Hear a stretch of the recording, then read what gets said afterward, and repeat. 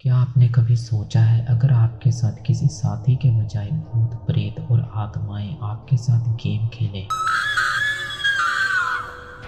कुछ ऐसे भी गेम्स हैं जिन्हें खेलकर आप भूत प्रेत और आत्माओं से बातें कर सकते हैं या उन गेम्स को खेलकर आप दूसरी दुनिया से कांटेक्ट कर सकते हैं।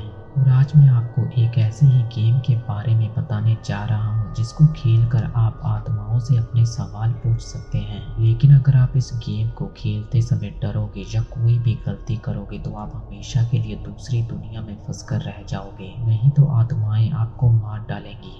इस गेम के बारे में बताने से पहले मैं आपको बता दूं कि रिपोर्ट्स के मुताबिक जिन भी लोगों ने इस गेम को खेला है उनकी हालत कुछ ही दिनों में इतनी ज़्यादा ख़राब हो जाती है कि उन्हें हॉस्पिटल में एडमिट करवाना पड़ता है। और कुछ केसेस में तो लोगों की हालत इतनी ज़्यादा ख़राब हो गई कि उन्हें पागल खाने भेजना पड़ा।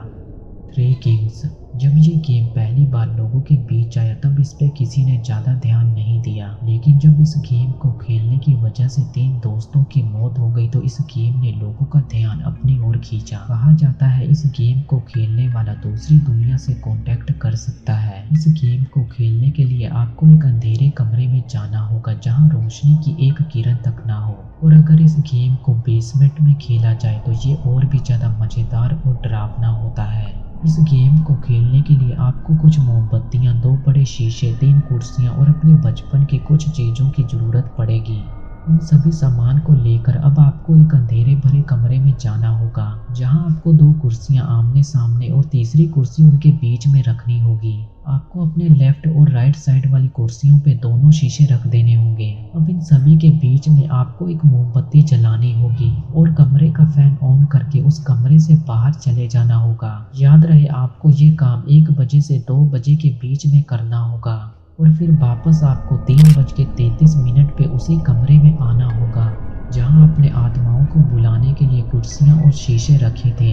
जब आप कमरे में आओगे तो आपको दिखेगा कि जिस फैन को आप ऑन करके गए थे वो अब बंद पड़ा है। अगर कमरे का फैन ऑफ है तो मान लीजिए अब गेम शुरू हो गया है और अब आप उस कमरे में अकेले नहीं हो। अब आपको अपने सामने वाली कुर्सी पे बैठ जाना होगा। जब आप सामने वाली कुर्सी पे बैठोगे तो आपको अपने लेफ्ट और राइट साइड वाली कुर्सी पे एक रानी और उसका नौकर बैठा दिखाई देगा। अब आप रानी या उसके नौकर से कोई भी सवाल पूछ सकते हो। याद रहे ये गेम आप तब तक खेल सकते हो जब तक आपके सामने पड़ी मोमबत्ती जल रही है। जब तक मोमबत्ती जलेगी रानी और उसका नौकर आपको कोई नुकसान नहीं पहुंचा पाएंगे।